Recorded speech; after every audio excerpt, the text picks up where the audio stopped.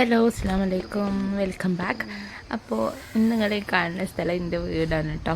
മമ്പാടാണുള്ളത്. എൻ്റെ കൂടെ ഉണ്ട്.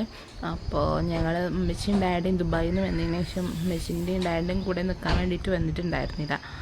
അപ്പോൾ അതിന് വേണ്ടിയിട്ട് വന്നതാണേ. പിന്നെ നാളെ 2 ദിവസം കഴിഞ്ഞിട്ട് ദീദിയും വരുന്നുണ്ട്. അപ്പോൾ ഞങ്ങൾക്ക് ബ്രേക്ക്ഫാസ്റ്റിൻ്റെ കാര്യങ്ങളൊക്കെയാണ് ഇപ്പോൾ ഈ കാണുന്നത്. രാവിലത്തെ ചായ പരിപാടി, ചായ, വെള്ളപ്പം, പുട്ട്, പിന്നെ വെള്ളപ്പത്തേക്കുള്ള ഉരുളക്കിഴങ്ങ് കറി, ചിക്കൻ കറി, ചിക്കൻ ഫ്രൈ, അങ്ങനെയുള്ള കാര്യങ്ങൾ. പിന്നെ ഞങ്ങൾ കൂടെ നിന്ന് നമ്മളെ വെല്ലിമ്മയും കൂടെ ഉണ്ട് കേട്ടോ. എൻ്റെ സൗണ്ട് ഭയങ്കര പോക്കാണ്, കാരണം നല്ല ജലദോഷമുണ്ട്. അപ്പോൾ വെല്ലിമ്മയും കൂടെ ഉള്ളതുകൊണ്ട് നമ്മൾ ഉച്ചയ്ക്ക് ബിരിയാണി ആക്കണം. മെയിൻ പണ്ടാരി ഉമ്മച്ചി തന്നെയാണ് കേട്ടോ. അപ്പോൾ ഉമ്മച്ചീൻ്റെ ബിരിയാണി നമുക്ക് ഉമ്മച്ചി ദുബായിലായപ്പോൾ ഭയങ്കര മിസ്സിങ് ആയിരുന്നു. നമ്മൾ ഉമ്മച്ചിനോട് ബിരിയാണി മതി എന്ന് പറഞ്ഞു. ഉമ്മച്ചിൻ്റെ ബിരിയാണി ഭയങ്കര സ്പെഷ്യലാണ്. അപ്പോൾ ചിക്കൻ ബിരിയാണിയാണ്. അപ്പോൾ നമ്മൾ കട്ടിങ്ങും കാര്യങ്ങളൊക്കെ ഞാൻ ചെയ്ത് കൊടുക്കുന്നുണ്ട് ഉമ്മച്ചിക്ക് ഉമ്മച്ചിനെ ഹെൽപ്പ് ചെയ്യാൻ വേണ്ടിയിട്ട്. അപ്പോൾ അങ്ങനെയുള്ള കാര്യങ്ങളാണ് ചെയ്യുന്നത് കേട്ടോ. ഉള്ളി തക്കാളിയൊക്കെ വഴറ്റിയതിന് ശേഷം പിന്നെ ഇഞ്ചി, വെളുത്തുള്ളി, പച്ചമുളക് ചതച്ചതിടും. പിന്നെ എന്താ ഇപ്പോൾ ഒരു കുഴപ്പം, എന്തോ ഒരു ഭംഗിൻ്റെ കാണാൻ ഒന്നിനോട് വെച്ച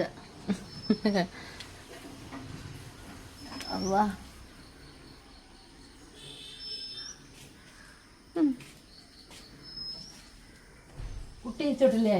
കുട്ടി വെച്ചിട്ടില്ല. അതാണ് കേട്ടോ വെല്ലിമ്മ.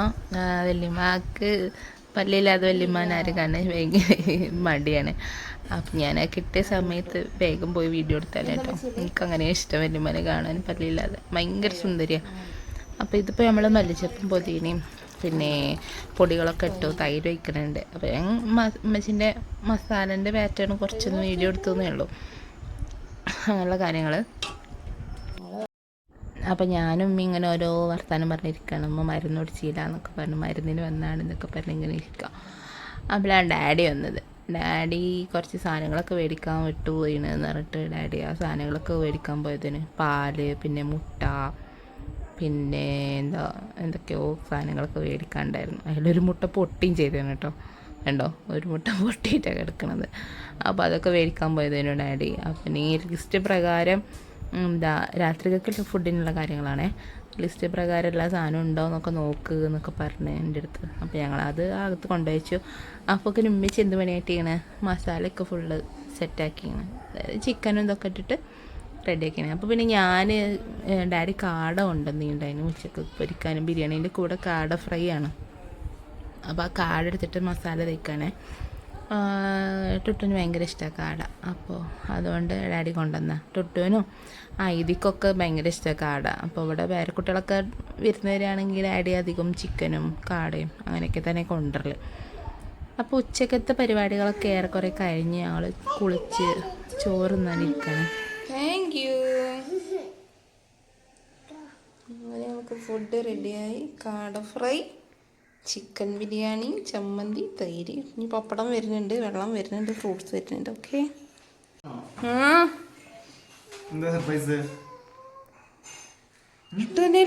മാത്രം സർപ്രൈസ് ചിക്കൻ മിച്ചി കോഴി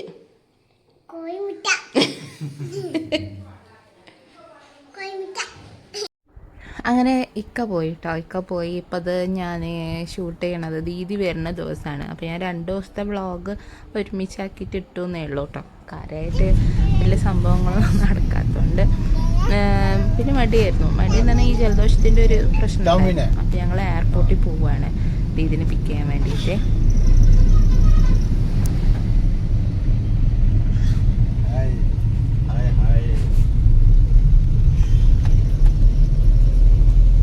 ഇതിൻ്റെ ഫ്ലൈറ്റ് 6 മണിക്കൂർ ഡിലേ ആണ് കേട്ടോ. 6 മണിക്കൂർ ഡിലേ ആണെന്നുള്ള കാര്യം ആദ്യം ഒരു ചെറുങ്ങനെ ഡിലേൻ്റെ പ്രശ്നം പറഞ്ഞിരുന്നു. പക്ഷേ ഓൺ ദ വേയിലാണ് നമുക്ക് 6 മണിക്കൂർ ഡിലേ ആണെന്ന് ഞങ്ങൾ അറിയണത് കേട്ടോ. വീട്ടിൽ നിന്നിട്ട് ഇറങ്ങുകയും ചെയ്തു. പിന്നെന്താ ചെയ്യേണ്ടതെന്ന് അറിയില്ല.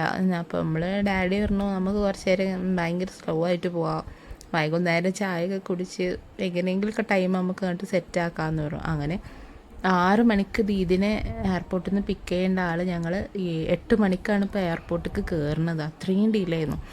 6 മണിക്ക് ഇവിടെ ഫ്ലൈറ്റ് ഇറങ്ങേണ്ടതാണ്. ആ ഫ്ലൈറ്റ് അവിടുന്ന് 6:30ക്കാണ് അവിടുന്ന് എടുത്തത്. അപ്പോൾ ഇവിടെ 10 മണി ആ ടൈമിലാണ് ഇവിടെ ലാൻഡ് ചെയ്യാമെന്ന് പറഞ്ഞത്. അപ്പോൾ അത്രയും സമയം അവിടെ പോസ്റ്റ് ആവണ്ടല്ലോ എന്ന് വിചാരിച്ച് കുറച്ച് നേരം വെറുതെ കറങ്ങി ചായയൊക്കെ കുടിച്ച് എങ്ങനെയൊക്കെയോ ടൈം അങ്ങോട്ട് തള്ളി വിട്ടിക്കുകയാണ്.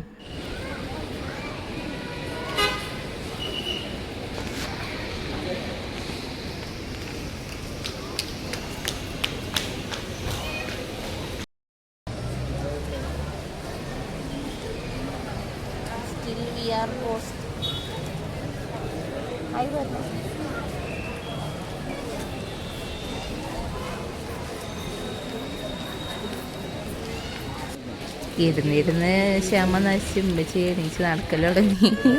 പിന്നെ ടുട്ടും എന്തൊക്കെയോ മേടിച്ച് കഴിക്കൽ തുടങ്ങി. എയർപോർട്ടിൽ നിന്ന് ഭയങ്കര എക്സ്പെൻസീവ് ആണല്ലോ, ഓരോ സാധനം മേടിക്കണം. അപ്പോൾ കുറച്ചൊക്കെ ഫുഡ് ഐറ്റംസ് ഞാൻ ഉണ്ടായിരുന്നു. നമ്മൾ ഓൾറെഡി അറിഞ്ഞുകൊണ്ട് നമ്മൾ കുറച്ചൊന്ന് മേടിച്ചിട്ടുണ്ടായിരുന്നു. അങ്ങനെ ഒരു ഫ്ലൈറ്റ് വന്നു. നമ്മളങ്ങനെ കണ്ടു കേട്ടോ, ബാഗേജ് കൗണ്ടറിൻ്റെ അവിടെ അങ്ങനെ കാണാൻ. അതെന്നുണ്ടോ, അതാണ് ദീദിൻ്റെ ചെറിയ മോള് കേട്ടോ. അത് ഡാഡിനെ നല്ല പരിചയമാണ്, അവർ ദുബായിലായതുകൊണ്ടേ. അപ്പോൾ ഡാഡിനെ ഓള് കണ്ടു. അപ്പോൾ ഡാഡി ഡാഡി എന്ന് പറഞ്ഞിട്ട് അവിടെ നിന്ന് വിളിക്കുക.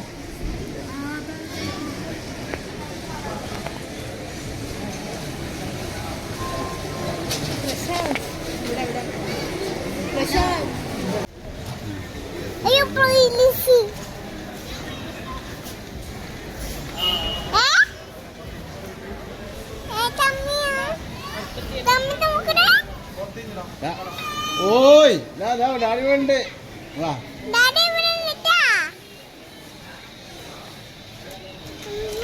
അങ്ങനെ ഒരു പുറത്തേക്ക് ഇറങ്ങിയിട്ടോ. ഏകദേശം ഇതാ ഇറങ്ങാനായി. കുറേ ദിവസം എന്തോ കാണാതിരുന്നിട്ട് ഭയങ്കര ഇതായിരുന്നു. പിന്നെ അതിലേറെ ഈ കൊണ്ടുവരാൻ വരുന്ന ഭയങ്കര സന്തോഷമുള്ള കാര്യമാണല്ലോ. പക്ഷേ ഈ ഫ്ലൈറ്റ് കുറേ ഡിലേ ആയതുകൊണ്ട് നമ്മൾ കാത്തിരുന്ന് ക്ഷേമൻ്റെ നെല്ലിമലൊക്കെ കണ്ടിരിക്കണം.